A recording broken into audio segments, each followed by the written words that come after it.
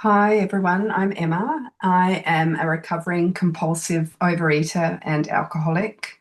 I'm in Austria. My abstinence date is the 23rd of May this year, so I'm just over 6 months, 194 days today. Today I'll talk to you about how my life was like before the grey sheet, how becoming a grey sheeter has been for me, and how my life is now. I know I'm abstinent today because I weigh and measure my 3 meals a day of grey sheet foods and commit them to my sponsor in the mornings. I eat those meals no matter what, and I don't eat in between no matter what. And abstinence is the most important thing in my day. Uh, Being abstinent allows me to have room for other things in my head other than food and to live a life that's rich, much richer than it was before I was abstinent. For the grey sheet, I was overweight. I'd reached 100 kilos, and I think that's around 200 pounds. And I have now lost over 35 kilos, so that's about 70 pounds. I haven't been eating, I've been eating grey sheet foods for longer than the 6 months that I've been on the grey sheet, but I wasn't attending meetings and I didn't have a sponsor, and it wasn't exactly the same. So I've been at it for about 14 or 15 months. I grew up in Australia, the oldest of four daughters. I had a very functional upbringing. I didn't have any major traumas that I can remember. I have always thought that I was different. My mum was adopted, and I think I, as a small child, translated that feeling of being different into feeling that maybe I was adopted too. And I used to go to bed at night and wonder when my real family were going to come and pick me up and hope that they might surprise me. I felt different. I felt I don't know. I think once I realized I was older, I felt like I wasn't right, like I wasn't how I was expected to be. And I hid in food. I don't remember being a compulsive eater as a child, but I remember comments like my mum said to me, "Oh, Emma, I don't think I've ever had a conversation with you that hasn't been about food." So I loved cooking, and I was a people pleaser from a young age. I worked out that that was quite a good way to behave, and so I started cooking for people. I was famous when I went out for dinner. Everyone always asked me what I was ordering because it was always going to be the biggest and the best, and they'd want it to, and it would come out, and people would go, "She's done it again! Wow!" I was always eating, and I managed to keep my weight reasonably normal for a while. I wasn't very sporty, but I felt hungry when I was stressed, and I used to say things like, if the house was on fire, I'd sit down and have something to eat and calm right down, and then I'd call the fire brigade. So it was my way of grounding. I used to make gifts for people, and they were always edible. I suppose the wanting more thing was there from the beginning. Nothing was ever good enough. Nothing was big enough. There was never enough food, and so that was something that affected my whole life. I grew up thinking that thin was the most important thing in the world, and my mum taught me she was very fashion conscious, and she taught me to hide my body because she'd say things to me like, "Oh, buy something flattering, Em, just cover up that large behind." And it wasn't large when I look back at the time. Or don't wear sideways stripes, they're not flattering, only up and down stripes, things like that. And I wore dark colours. I learned not to bring attention to my body. And I was terrified to let others see my flaws, felt that I had to be perfect. And I just found comfort in food. I traveled a lot. All my travel experience were focused on food. When I moved to Austria in 2003, I was 29 and I bought a hotel with my husband.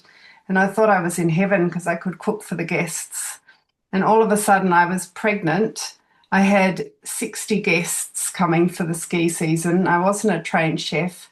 I cooked for them all, and I started to eat in a really dysfunctional way. I always thought I wasn't a binger, but I was just on one long binge. I just ate the whole time. I tested while I was cooking. I ate at stupid times. I would eat at 10 o'clock at night because it was the only time I'd had time to eat. And then I'd have 4 or 5 glasses of wine to knock myself out because I knew I had to get up in the morning and start work again at 5. And when you come out of the kitchen, it's so busy and it's been so furious that I didn't have any other ways of coping with the pressure and ways of being an immigrant. It was stressful, learning a new language, not understanding everything, and all I did was eat. And it was my way of doing everything. It was my way of being happy. It was my way of being coping with stress, and it was my way of fitting in. It was just my everything. And I started studying to be a health coach a few years ago and had really bad perimenopause symptoms. I had huge anxiety. And my teacher said to me, oh, first of all, I thought that it dawned on me that maybe people would struggle to change their health habits if they had something like food addiction. And I started investigating it a little bit more, this concept of, what would happen if people struggle to change. And when I studied, I was telling my teacher that I just felt like an imposter because I was overweight and that no one had listened to me. And she said to me, well, I'll give you a tip, Emma. She said, if you walk the talk, you'll feel like less of an imposter. And I thought, oh, wow, you've got something there. What can I do? And that's when I started changing how I ate and noticing I felt better. So when I got on the grey sheet, it was hard. I couldn't believe that it was such a limited amount of food. I remember saying, you can't expect me to do this forever. It's so restrictive. And someone said to me, it's freedom. And I thought, oh, I don't know about that. Doesn't seem that free to me. And then I realized that when I got peace of mind and clarity and neutrality around food, it was incredibly freeing. Just the other day, I went to a dinner party and, oh, hang on, when I first got abstinent, I went to a few dinner parties and I think I drank about 3 liters of water because I couldn't drink I'd weighed my food and I just had my one meal and everyone seemed to be eating for hours and I didn't know what else to do. So I just drank water flat out and hopped up and filled up the jug and got back straight into the water. And the other day I was out for dinner and I looked at my glass and I'd only drunk half a glass during my dinner. And I thought, wow, now I just can sit there and talk to people and not think, when's my next drink? When's my next bit of food? What am I having next? How long's it going to be? And what's it going to be? And I could just concentrate on being with friends and talking. And that for me was a real sign of my recovery. But it took a while. And so I still feel desperately hungry when I'm stressed. I had that today. I had a stressful day and I started thinking, oh, what time is lunch? And now, because I'm on the grey sheet, I know that it's nothing to do with needing food.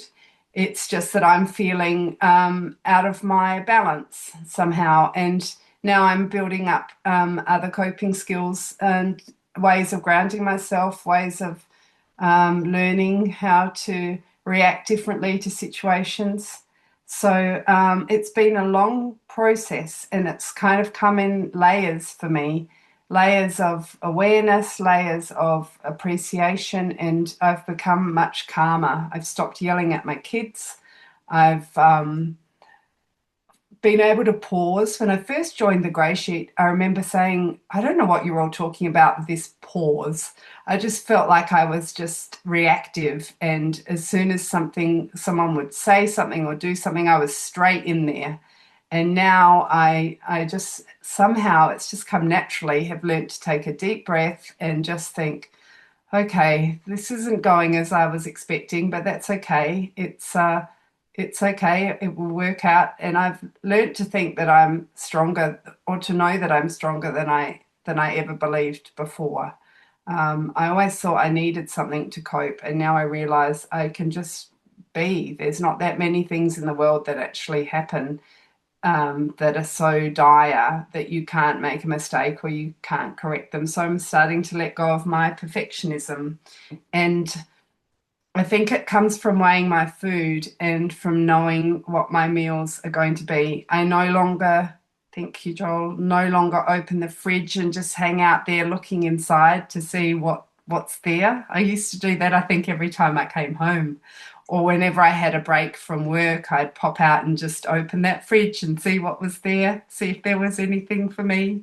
And I always thought that having boundaries was really boring, that you should be able to just do whatever you want, whenever you want it in life, and just be spontaneous. And I realized that it didn't do me any favors. I still am spontaneous about some things. And now that my food is not spontaneous, which wasn't spontaneous in the end, it was constant. But now that it's kind of in its place, I can be spontaneous about other things. Um, I had high blood pressure when I first got on the grey sheet. That's gone. Right back down low. I think it's 110/70 now. And that just came from losing weight. I sleep like a rock. I wasn't sleeping at all. I was waking up and pacing, watching telly at night, and just couldn't get a solid night's sleep. I do now. I didn't have many withdrawal symptoms when I was trying to get abstinent. I'm very lucky. I stopped drinking at the same time as I started eating grey sheet food. That was stressful, but it didn't last that long. I have two scales at home and one for traveling. I do meal prep. I'm going away tomorrow, but just in case, I've got 6 meals with me. We're leaving at 5 in the morning, so I've got my meal for breakfast, my lunch, and a meal for dinner, and then I've got a backup meal for the full next day in case I get delayed on my way home.